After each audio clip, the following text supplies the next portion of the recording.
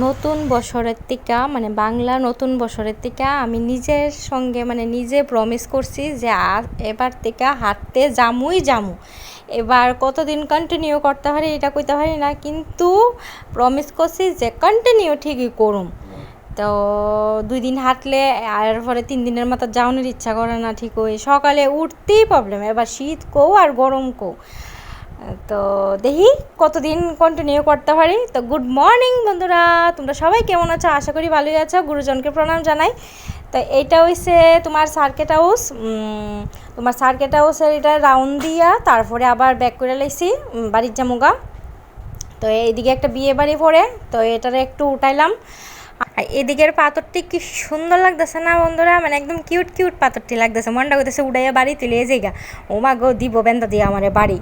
তো এরপরে বাড়িতে ফেললাম। তো এখন মানে কালকে রাত্রের ঝড় তুফান বৃষ্টি কি অবস্থা করছে, বাড়ি ঘর নোংরা করে সেটা। আর আম ফইরা তো বইরা রইছে, বিছাইয়া রইছে ছোট ছোট আম। তো এদিকে তুললা দেখি কি করণ যা। আর এটা হচ্ছে খিত্তুয়ার রসটা রয়েছিল, ওই যে পয়লা বৈশাখে খিত্তুয়া আনছিলাম না। তো কে কে এমন করো আমার মতন যে রসটা ফালাও না, খায় নাও।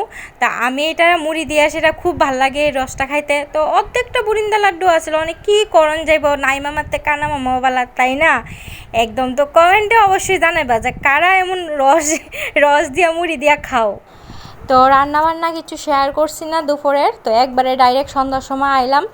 তো আজকে আমার বরের জন্মদিন, তো ওর পাপার জন্মদিন। তো ও খুব খুশি আছিল, মানে আমার ছেলে মানে এতদিন 6 মাস ধরে ওর পিগি ব্যাংকে টাকা জমাইতেছে পাপার জন্মদিন পালন করব, মানে একটা ছোট্ট মোটো কেক আইনা কেক কাটাইব। তো মানে যতদিন বুঝ আসছিল না, তো অহন তো একটু বুঝ হইছে, মানে অহনে খুব খুশি লাগতেছে, মানে নিজের টাকা দিয়ে সেটা অন্তত একটা কেক আইনা পাপারে কেক কাটাইব। তো আজকে তো আউনের প্রশ্নই ওঠে না, কালকে ইলেকশন, তোমার 19 তারিখ ইলেকশন, আর ওর বার্থডে আছিল 18 তারিখ। তো কী করুম, তো দুপুরে মটর তরকারি করছিলাম। তো ভাবলাম সন্ধ্যার সময় আচ্ছা একটু টিফিন বানাই, মনটা খুশি হইব ছেলের। তো ফুরি বানাইছি, মটর তরকারি আছে, দেখো মটর তরকারির লগে ফুরি একদম জমে ভালো। তো হ্যার একটা বন্ধু আইছিল আমার ছেলের, তো ভাবলাম আচ্ছা মনটা খুশি হয়ে যাবো গা বন্ধুরে দেখা। আর সন্ধ্যার সময় সবাই মিলে একটু টিফিন করলাম, আমরারও মনটা ভালো লাগবো। তো কালকে আবার দেখা করতেছি। তো পরের দিন আসছিল শুক্রবার, তো সব কাজটা সাইরা একদম স্নান টান করে লাইছি। তো চাটা খাইয়া প্রথমে দিয়ামু ভোটটা।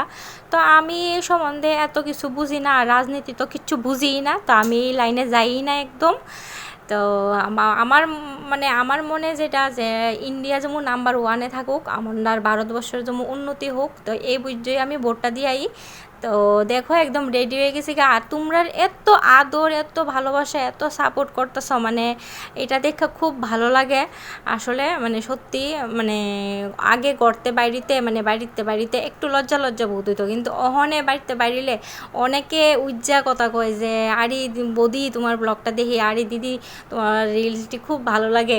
তো এই যে আদর ভালোবাসা দিতেছ, এই দাদারা এসে করতেছে আমি আসি, তো আমি কি হ্যাঁ একদম, মানে এই জিনিসটি যে কৌ তোমরা মানে খুব আনন্দ, খুব মানে ভালো, মানে এত যে পরিশ্রম করি একটা ব্লগ বানাইতে, একটু হইলো পরিশ্রম হয় বন্ধুরা, মানে এইটা যেমন আমার সফলতা হয়ে যায়, মানে তোমরা যে কমেন্ট করো, তোমরা যে এত আদর ভালোবাসা দো, এটাই। তো এমনভাবে আদর ভালোবাসা দিতে থাকো, আর আমিও চেষ্টা করুম নতুন নতুন ব্লগ আনতে। তো আজকের জন্য এতটুকুই, টাটা বাই বাই।